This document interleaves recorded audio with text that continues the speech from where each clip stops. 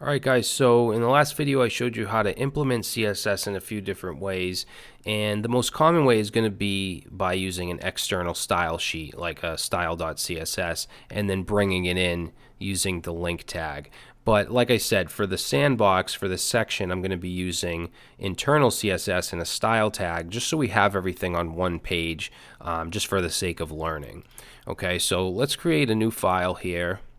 And we're going to call this 02 underscore selectors.html, because what I want to talk about is the different ways that we can select content to style or select elements or tags to style. So let's put in our boilerplate here with VS Code, and let's call this CSS Selectors. And we're going to put in some style tags here.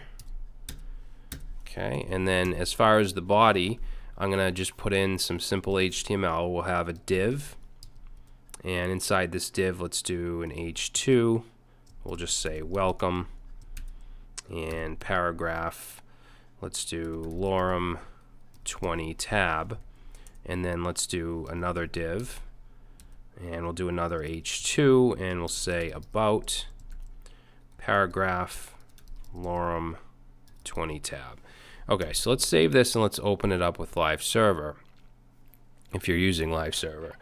So we have two divs with a heading and a paragraph. Now, in the last video, we took an H2 and we gave it a color. Let's go ahead and do that. We'll say green. And if I save that, what happens is it's going to take every single H2 on the page and style it green.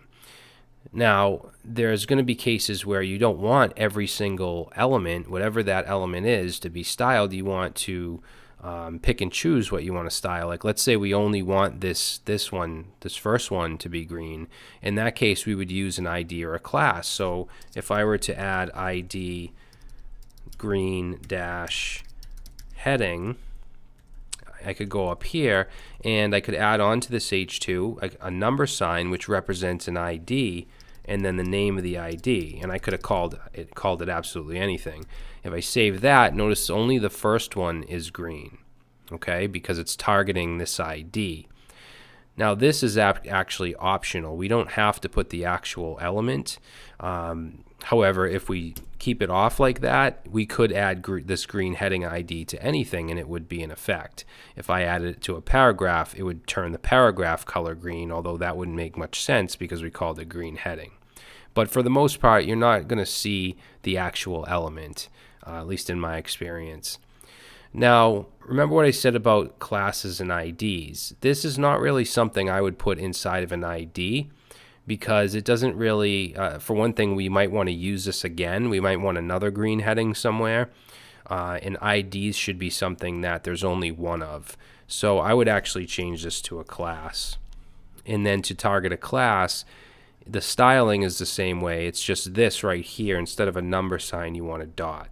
So if I save that, notice it's still green. Okay, so just remember, a number sign is for IDs. Dot is for classes, and I'm just going to comment this stuff out just so you have some reference, and I'll do an ID and I'll add that as well later on. So now what I want to do is talk a little bit about naming conventions. This is not really a good name because at any point we might want to change this to a different color like blue. Maybe it's a website for a company and they change their branding. So if I save that, it's now blue. In this heading, or I'm sorry, this title here, the class name makes no sense. So what I would do is I'd call this something like primary heading instead of green heading. Okay, that way it's just your primary color, your heading's primary color. You might even have a secondary heading class if you want a different color. And it doesn't have to just be color. You could change the font size, whatever it is that you want. But you want to think about your naming conventions, okay? And you want to think about the future. Could this change in the future?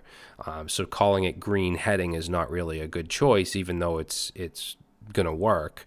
It's not a smart choice semantically.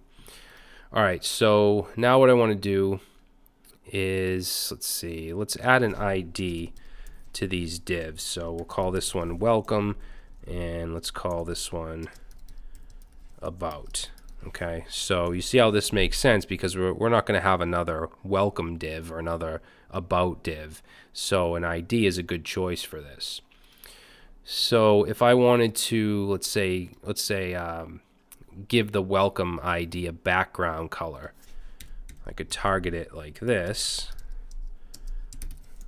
right? And I'll say background or background color. And don't worry about any of these properties. I don't want you to focus on these because we're going to talk about all of these later.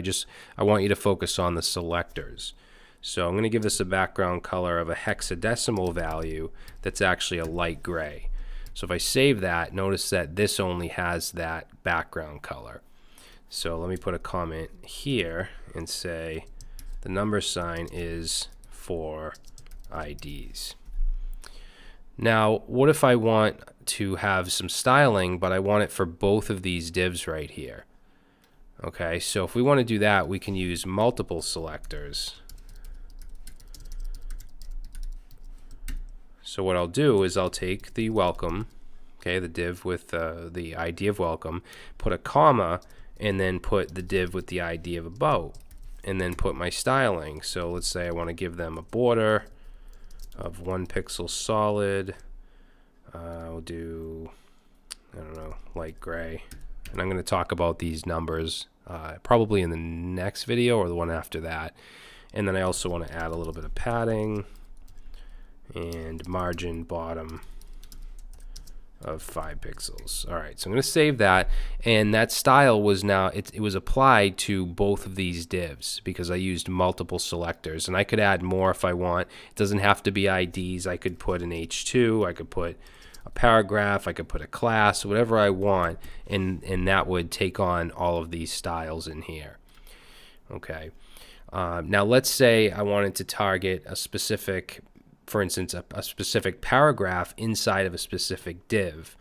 Like, let's say the welcome paragraph, I want that font size to be bigger. What I could do is I could use a nested selector by saying ID welcome and then space paragraph. Okay, you don't want to do a comma. What that means is it means all the divs or all the elements with the ID of welcome in all paragraphs. You don't want that comma because we want to say inside the element of welcome, we want the paragraph inside of it.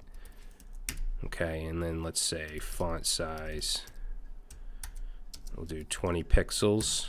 By the way, 16 is the default, but I'll talk about pixels and all that in a little bit. So if I save that, notice that only the welcome div paragraph has the font size of 20. All right, so let's see what else. We can also style the body. So if we go up here, let's say body styling. So we'll take body, and body is usually where you put, like, if you want the whole website or the whole web page to have a background color, you could do that. I'm going to give it a hexadecimal of 333, which is a dark gray. So if I save that, you'll see it changes the whole body. Now the reason we can't read this right here is because by default the text is black. So what I'll do is I'll just target the about, okay, the div with about, and I'll change the color, which is the text color, to white so that we can see it. Okay, and I know this is pretty ugly looking, but I just want you to know the different types of ways to basically select and style different elements. Okay, so instead of body styling, I'm just going to say element selector. Okay, because we're grabbing the actual element or the actual tag. When I say element, I just mean tag. The body itself is the element. Div is the element, H2 is the element, with the angle brackets is a tag. So I use them interchangeably. All right, so we have Elementor selectors.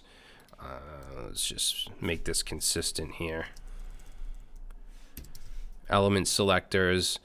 Dot is for classes. Number is for IDs. We have multiple selectors by using a comma.